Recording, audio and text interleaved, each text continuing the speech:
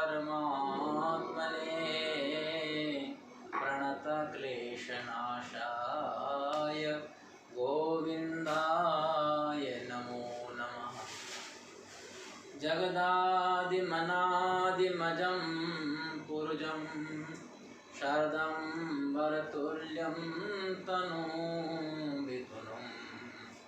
गर्तकञ्जरथागदं विगदं प्रणमामि रमाधिपतितं माम्। योऽन्तः परविश्वमं वाचमिमां प्रसुप्तां सञ्जीव्यदखिलशक्तिधरा स्वधाम्ना।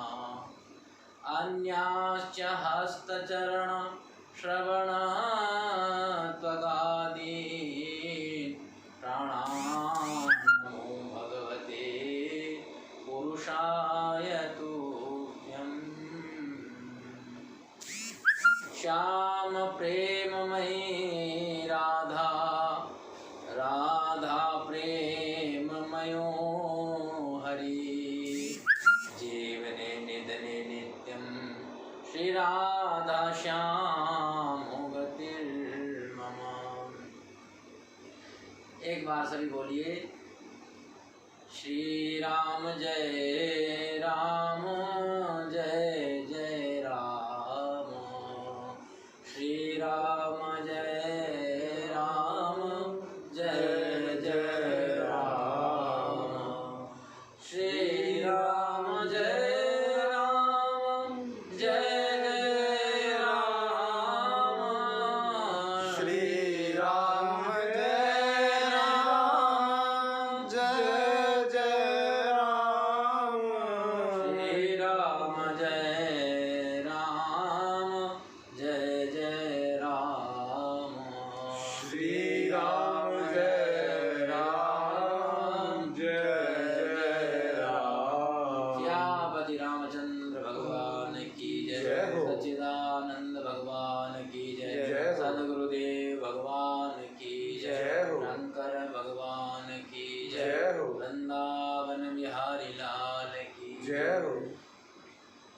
आनंदकर सच्चिदानंद भगवान अकारण करुणा वृणालय भगवान पार ब्रह्म परमेश्वर श्री पुरुषोत्तम श्री गोविंद एवं यह परम पावन मास श्रावण, ये पुरुषोत्तम मास का बड़ा परम पवित्र महीना है और आज उसमें जो है बड़ी पुण्य तिथि, आज पुरुषोत्तम एकादशी।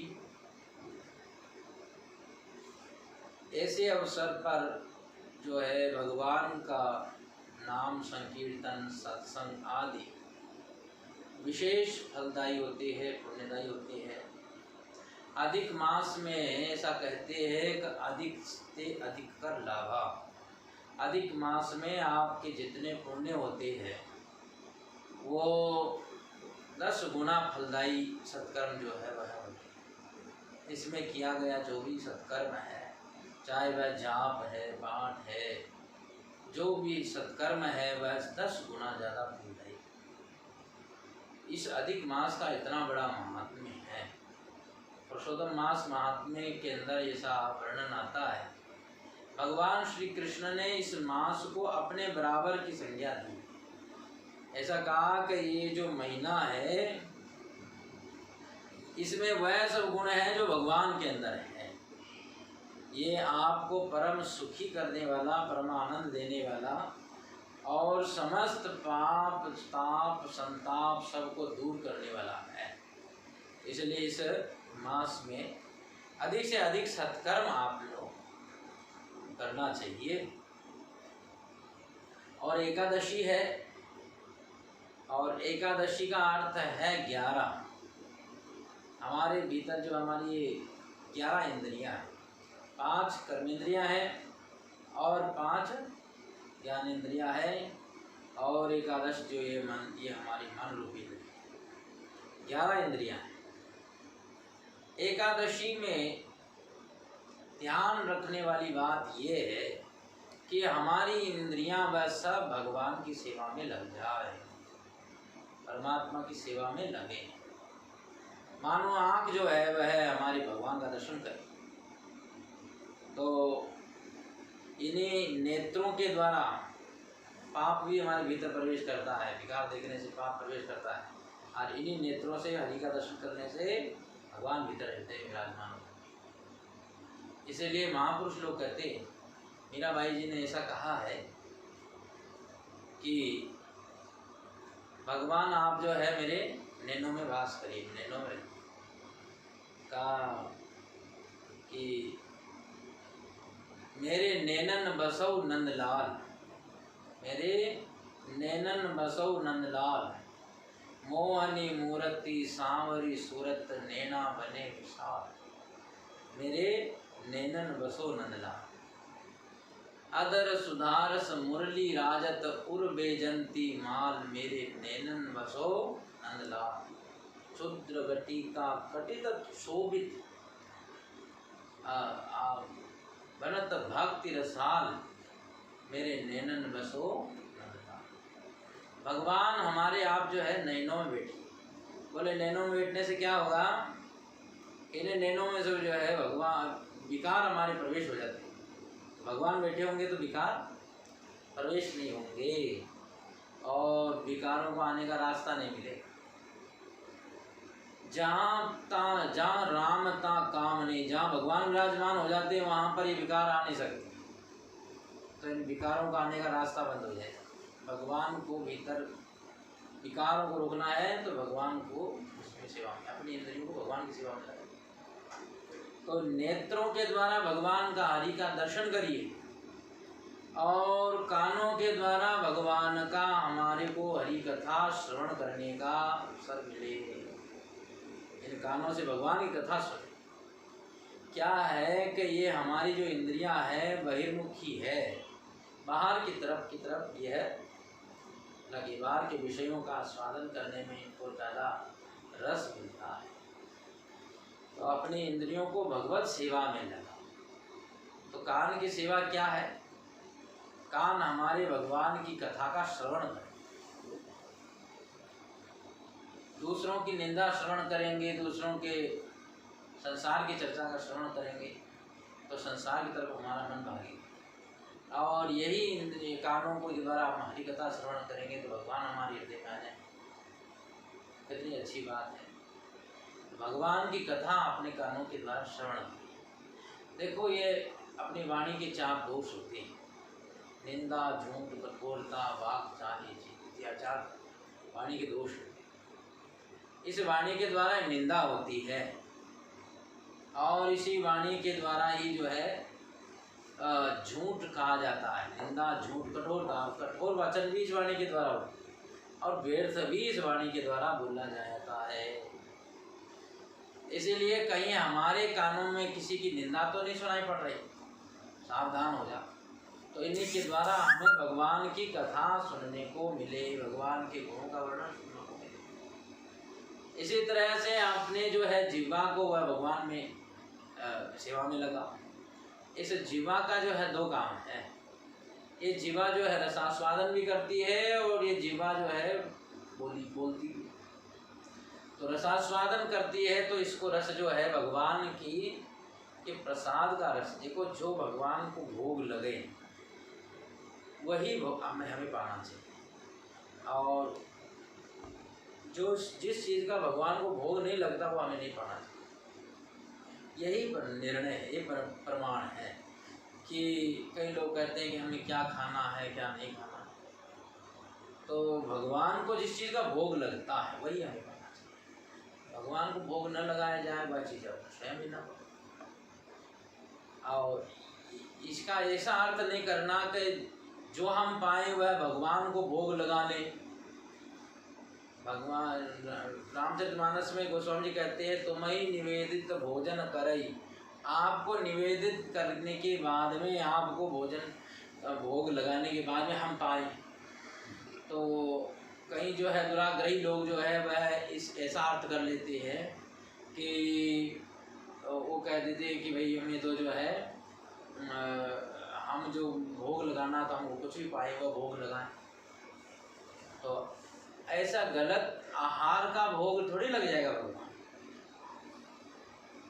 एक कोई कथा व्यास कह रहे थे कि एक जगह वो कोई कथा करने गए, उन्होंने ऐसा बोला कि भगवान को वही अर्पण करके फिर भोग आप लगाओ, फिर भोजन कर फिर खाइए पिए।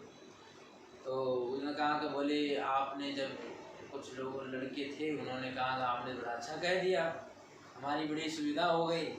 अब हम लोग क्या करते हैं, शराब की बोतल में तुलसी डाल देते हैं, भगवान के अर्पण हो गया और हमारे बढ़िया अच्छा। पहले तो हम लोग जो है छुप छुपा के पीते थे, अब तो चौड़े धाड़े पी लेते हैं, क्यों भगवान को भोग लग गया। तो अरे तो वह वस्तु का थोड़ी भोग लग जाएगा, तो बैठ जाओ बैठ, तो वह चीज़ का भोग थोड़ी लगेगा कि मतलब जो भगवान को नहीं लगेगा वह चीज़ का भोग नहीं लग सकता है। वही भोग लगेगा जो हमारे शास्त्र विहित है, शास्त्रों में जो लिखा है, शास्त्रों में जिसका तथ्य आया है वही भोग भगवान को लगता है।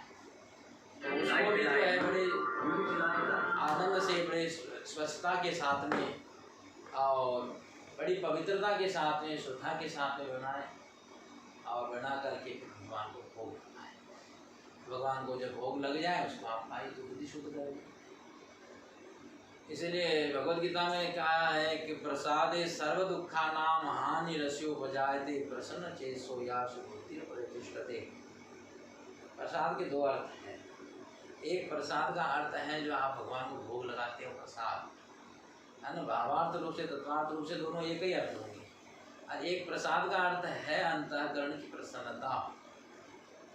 तो अंतःकरण की प्रसन्नता हो ही जाती है जब हम भगवान को भोग लगाते हैं, तो कितनी श्रद्धा होती है और प्रभु को हम अर्पण करते हैं। वृंदावन में जो है उसके संत जो है भगवान को भोग लगाते से कहते हैं कि भोजन कीजिए श्री कुंज बिहारी, जो कछु भयो सो दर्यो प्रभु आगे, जो कछु रुचि है तिहारी, मधुर मधुर सब अधर धरे है, तुरसादिक रुचि भारी, भोजन कीजिए श्री कुंज बिहारी। ये सामग्री सब सोज सजाई, वसुधा सब ज्योतिहारी, श्रीनाथ रसिक बर पान लिए है, अरु जमनोदक झारी, भोजन कीजिए श्री कुंज बिहारी। ये अचमन करी कर पान लिए हैं, अचमन करी कर पान लिए हैं, प्यारी जु प्रेम निहारी, श्री हरिदास जु चवर ढुरावे, शोभा सिंधु महारी, भोजन कीजिए श्री कुंज विहार। तो देखो कितने भाव से, श्रद्धा से जो है वो भक्त लोग भगवान को भोग लगाते हैं, तो उसमें कितनी श्रद्धा हो। तो वही भगवान को भोग लगाया हुआ प्रसाद जब हम लोग पाते हैं, तो प्रसाद में 3 अक्षर है ना, प्रसाद। प्र माने प्रभु, सा माने साक्षात, द माने दर्शन, साक्षात दर्शन है ना, प्रभु के दर्शन है। तो उस भोजन में जो है भगवान के अमृत में दृष्टि उसमें बढ़ती है, और वही हम भोजन अमृतमय भोजन जब प्रसाद आप लोग पाते हैं तो हम लोगों की जो है मन शुद्ध हो जाता है, मन प्रसन्नता से भर जाता है। तो ये है प्रसाद की जो है महिमा। तो जीवा के द्वारा आप रसास्वादन करते हैं तो रसास्वादन उसका करिए जिससे भगवान का भोग लगा है। और इसी जीवा के द्वारा हम बोलते भी हैं तो बोलने में सेवा भगवान के गुणानुवाद बोलिए, भगवान का नाम बोलिए, भगवान का कीर्तन करिए, तो ये भगवान की जीवा की सेवा होगी। इसी तरह से भगवान के नासिका भी की सेवा है। भगवान को जो है आप सुंदर सुंदर इत्र का उनको सेवा करेंगे, उनके दरबार को महकाइए, खुशबू के द्वारा बड़े सुंदर सुंदर पुष्प सजाइए, खुशबूदार पुष्प लाइए, और ऐसे ही है सुंदर उनकी जो है इत्र के द्वारा उनका जो है बड़ी सुंदर ढंग से उनका दरबार में लगाना चाहिए। और वो जो भगवान के दरबार की जो खुशबू है ना वह जरूर लेना चाहिए। वैसे हमारे भीतर जो है वह परम शांति मिलती है, उससे हमारे विकार खत्म होते हैं, उससे हमारे कई प्रकार के रोग खत्म होते हैं।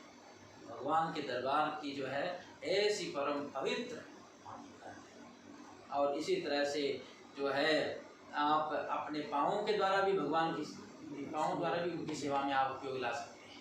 इन चरणों के द्वारा आप चल करके जाते हैं, कहीं मंदिर जाते हैं, कहीं आप तीर्थ में जाते हैं, तो वहाँ शर्म मत करें, वहाँ आप नंगे पाँव नहीं, तो इससे आपको ज़्यादा लाभ मिलेगा। नंगे पाँव जाने से थोड़ी आपकी तपस्या होगी। देखो तपस्या वह है कि आपके पास बहुत सारी वस्तुएं हैं, उनका आप प्रयोग कभी भी कर सकते हैं, परंतु आपके होते हुए भी आप उसका प्रयोग नहीं कर रहे हैं और उसको आप दुख को सहन करने की जो है अपने आदत डाल रहे हैं, तो इससे आपका तपस्या हो रही है।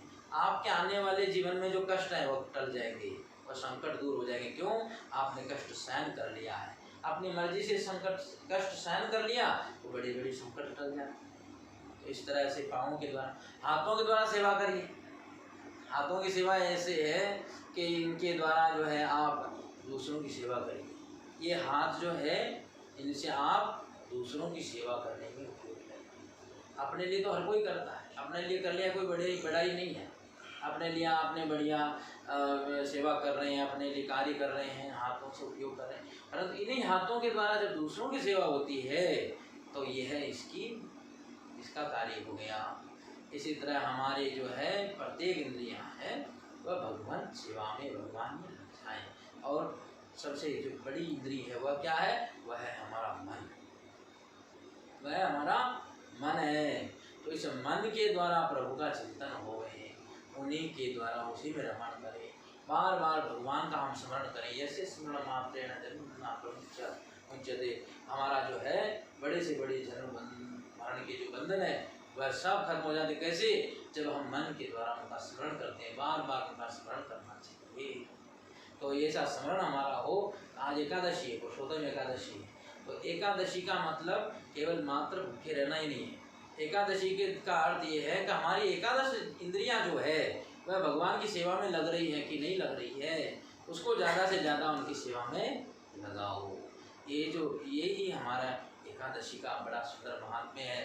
पुरुषोत्तम मास का ये सुंदर महीना, उसमें ये पुरुषोत्तम एकादशी है। इस एकादशी पर अपने को भगवत सेवा में लगाना चाहिए। इसके साथ में ही बोले सच्चिदानंद भगवान की जय।